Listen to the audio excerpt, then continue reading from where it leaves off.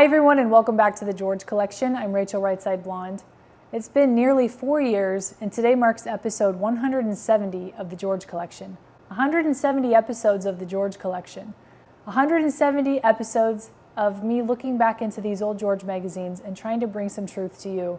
Coincidences that have already happened and maybe some that haven't happened quite yet. Sometimes in the George magazines, it's not what JFK Jr. says or writes, it's what he allows. What he allows in his magazines and what he allows in his books. Take a look at what I found in the 250 Ways to Make America Better. Number 239, one good idea. Abolish the CIA. That is a worthy act in itself, and it would have good side effects. It would remove a body that is unconstitutional. Public money must be accounted for. Immoral. Subversive acts in over 36 foreign countries. And destructive. The harm done us has been greater than any done others. The missiles were accepted in Cuba because of CIA plots against Castro. As for side effects, we would call into question the whole cult of secrecy that hides things from Americans that foreigners know. Example, Castro knew we were trying to kill him, only we did not. It would make us assess realistically the intelligence activities we do need, now largely done by the NSA. It would stop the buildup of CIA, quote, assets, who are a rogue force for other governments' dirty tricks, and for our own. Where else would Nixon's men recruit Watergate break-in men, but from the ranks of former CIA operatives? From Gary Wills, professor of history. JFK Jr. did not compile this list of 250 ways to make America better. That was done by Carolyn Mackler. But if you look at the very first way to make America better, it mentions none other than President Kennedy. And it talks about his quote about asking not what your country can do for you, but asking what you can do for your country. So if there's ever any doubt that JFK Jr.'s hand was in this book, there is some pretty clear proof right there. In today's episode, I wanted to look back at the previous 169 episodes and put together why I feel like this magazine is so important, give you some interesting clues, and just wrap it all up in a pretty little Tiffany blue bow for you. George Magazine was started in the 1990s, a beautiful mix between pop culture and politics. The first cover perfectly depicted what the magazine would encompass. Cindy Crawford dressed as George Washington. Cindy Crawford was, of course, a model, an icon back in the 90s, mixed with the very first president of our country. I found that first issue, the Cindy Crawford cover, in early 2021, in a basement, and that's what started this entire show. I could never have known I would still be reading and learning from it 170 episodes later. I didn't know what exactly I was going to find, nor did I have any expectations other than to look, learn, and share. Ironically, the opportunity to work at a magazine and be the one to plan each issue, article, and the placement of those articles arose. And though that job has come and gone, it showed me a little of what went on behind the scenes. Mainly the fact that articles are not by coincidence. For example, John Kennedy interviewed some of his father's biggest rivals like George Wallace and Fidel Castro. He interviewed Gerald Ford, who sat on the Warren Commission, the very group who concluded that Oswald had acted alone. We also knew your mother and father very well. One of the sad duties I had was to serve as a member of the Warren Commission. John asks, and this is where it gets interesting, why do you think you were chosen to serve on the commission? And Gerald Ford said, President Johnson wanted a bipartisan group. He first convinced the Chief Justice to do it, then he got former Senator Dick Russell, former Senator John Sherman Cooper, and former Congressman Hale Boggs. And he wondered who, as a Republican in the House, would balance Hale Boggs. I understand former Defense Secretary Bob McNamara recommended me. President Johnson called me. I think it was on a Sunday night after your father was assassinated. And Lyndon said, I want you to serve on this bipartisan group. I said, I've got all these responsibilities in the House, and really, I can't do it. Lyndon said, you have to. I'm going to twist your arm until you do. So I said I would. John said, you wrote a book some years later, right? And Gerald Ford said, I wrote a book called Portrait of the Assassin. John said, was the book in response to all of the conjecture? And Ford said this, I am a firm believer today, as I was previously, rigidly, that Lee Harvey Oswald committed the assassination. Our commission found no evidence of a conspiracy, foreign or domestic. I feel very strongly about it. I regret people like Oliver Stone and conspiracy theorist Mark Lane and the others who have made a buck out of a tragedy of American history. I try to defend what the commission did. I'm the only one from the commission who's still around today. I really resent what a lot of the press have done in this area too, because the truth is, John, there is no new significant evidence that's been produced. There have been different interpretations of the basic evidence, but there's no doubt in my mind that Lee Harvey Oswald committed the assassination. George featured many more entertainers, such as Robert De Niro, Julia Roberts, Denzel Washington, Johnny Depp, and Callista Flockhart. The only politicians featured were past presidents Richard Nixon, which was the first anniversary issue, Ronald Reagan, and Newt Gingrich, who wasn't a president but was a politician. These types of things are not coincidental. They were planned by John and the rest of the George team of the 90s. But there are other things that occurred that make one think, exactly how planned out was all of this?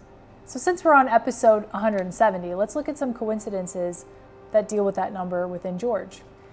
John and his co-founder Michael Berman butted heads a lot. They had similar ambitions, but they had very different ways of achieving those ambitions.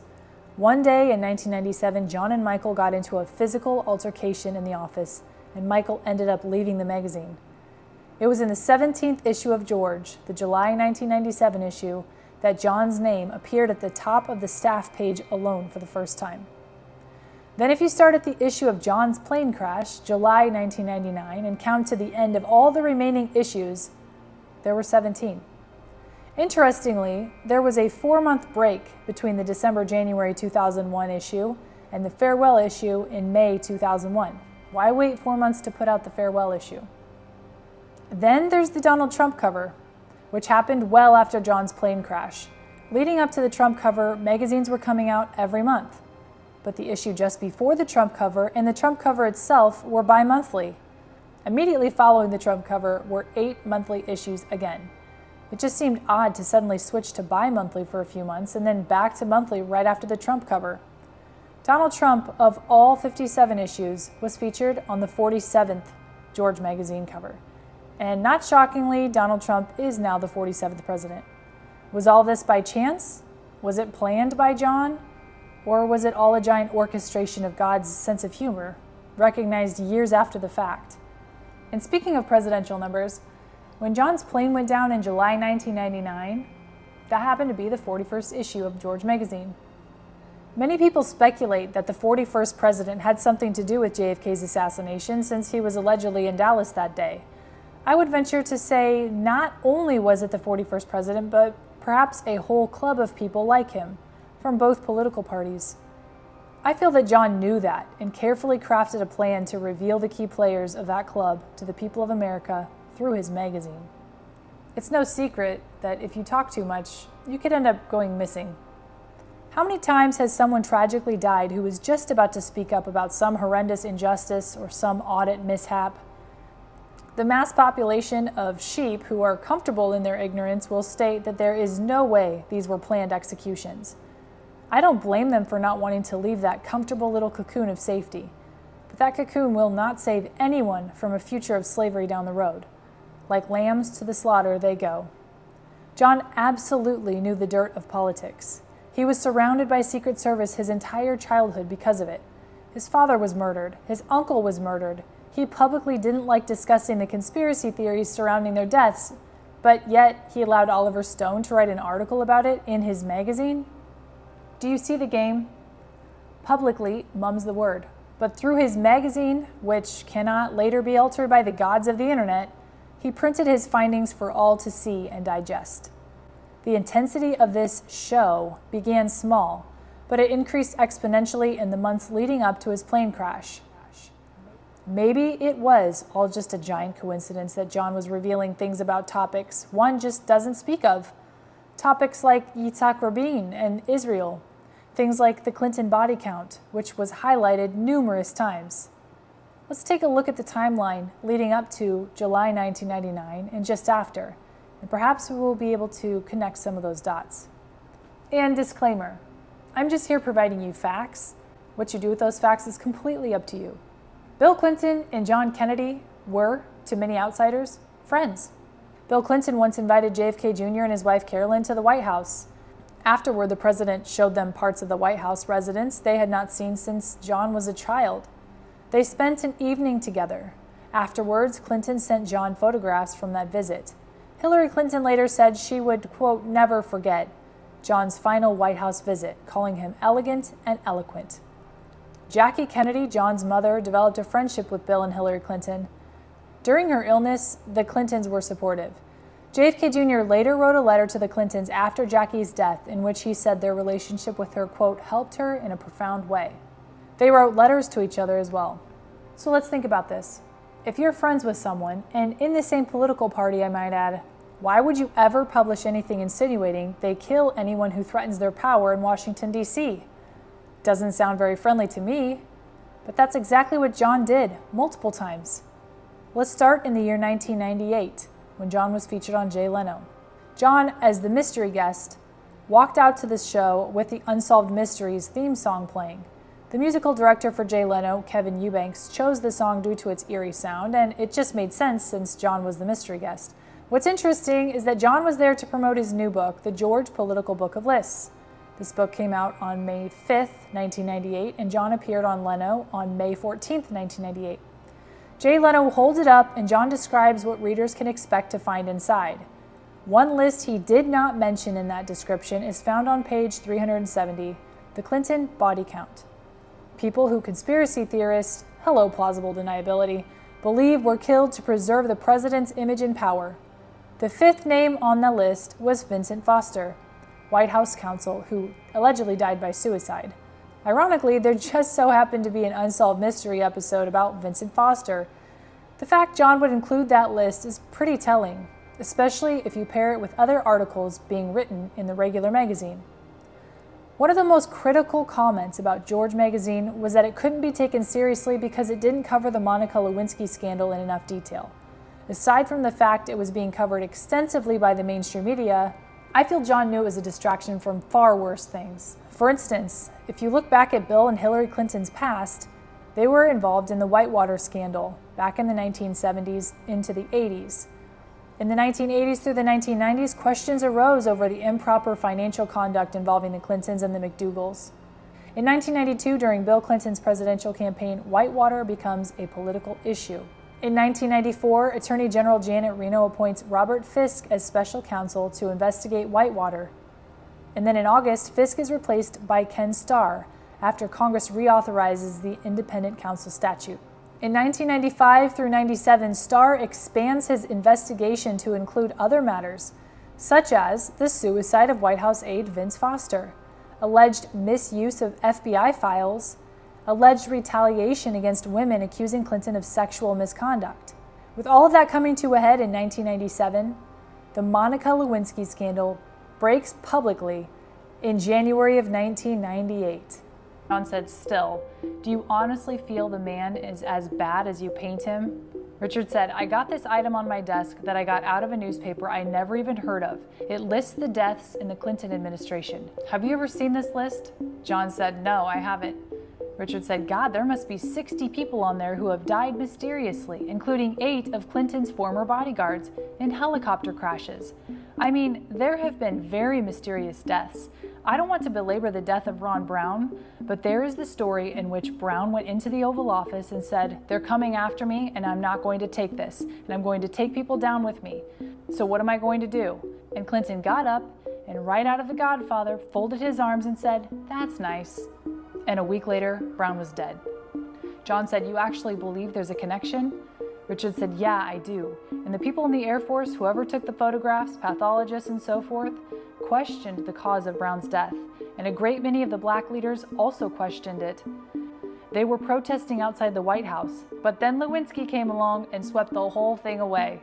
In mid-1998, Starr's investigation pivots fully to perjury and obstruction of justice related to the Lewinsky affair. So in looking at that timeline, we can see that Bill Clinton was being looked at for some pretty horrific things. What's worse, being accused of murder and potentially treason, or an affair with a White House intern? Instead of nightly news about Vince Foster or FBI files, now the news was 24/7 Monica Lewinsky. Think about this too.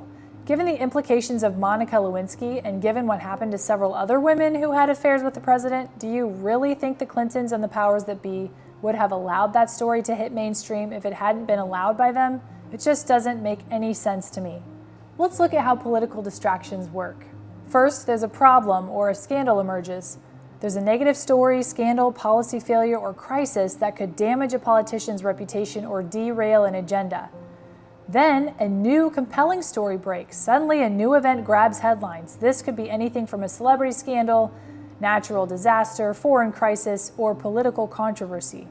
Then the news outlets shift their focus to the new, attention-grabbing story because it's fresh and engaging, it drives ratings and clicks, it's easier or more sensational than the previous story. The general public's focus moves away from the original issue. This reduces pressure on politicians or institutions tied to the original bad news. Then political players might exploit it. Sometimes politicians or their teams actively engineer distractions by timing announcements or leaks, creating or emphasizing unrelated crises, amplifying other stories via allies in media or social networks. A distraction can go a long way to minimize any sort of controversy in the news. Therefore, it's no secret the Lewinsky scandal overshadowed other political issues during Clinton's presidency. He starts 1999 off with a bang by interviewing Richard Mellon Scaife. But then, in the issues leading up to the July 1999 issue, John puts some pretty interesting titles on the covers of his magazine.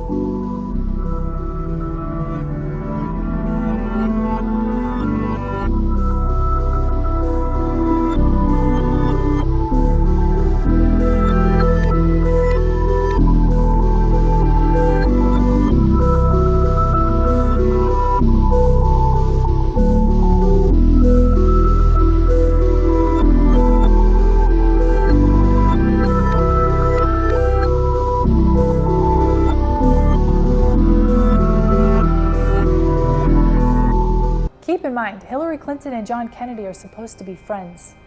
April 1999, the Garth Brooks cover. John used, "Why Hillary Won't Be Senator." If you're throwing your name in the hat to run for Senate and one of your potential opponents who happens to have a magazine writes that on the cover, you probably won't like that much, friends. What a terrible mistake that she used the word irredeemable. But it turned out to be deplorable. Deplorable was not a good day for Hillary. Crooked Hillary. She is a crooked one. Crooked. She is crooked. We all know how this story played out. Hillary won the Senate seat and successfully secured $20 billion from Bush in the wake of 9/11. Then in July of 1999, John's plane crash happens. And then later that year, in November 1999, it says, Hillary comes clean. Looks can be very deceiving in politics. Friends can be enemies, and enemies can be friends. Maybe how John really felt about certain people couldn't be found in the real world because it was too dangerous. Perhaps the truth lies in the words and pages of his George magazine. John certainly left a legacy of truth-telling in his magazines and hardcore journalism, writing articles about things that people weren't supposed to talk about, and asking questions that everyone else was too scared to ask. There is no other magazine like it today, and there will probably never be another like the original George magazine. As I celebrate my 170th episode of the George Collection, I hope you've enjoyed the chance to look back. I hope you've all taken the time to reflect on all that was. but I hope you spend even more time dreaming of what could be. That does it for this episode of the George Collection. Thank you so much for watching. Have a great week, and I'll see you next time.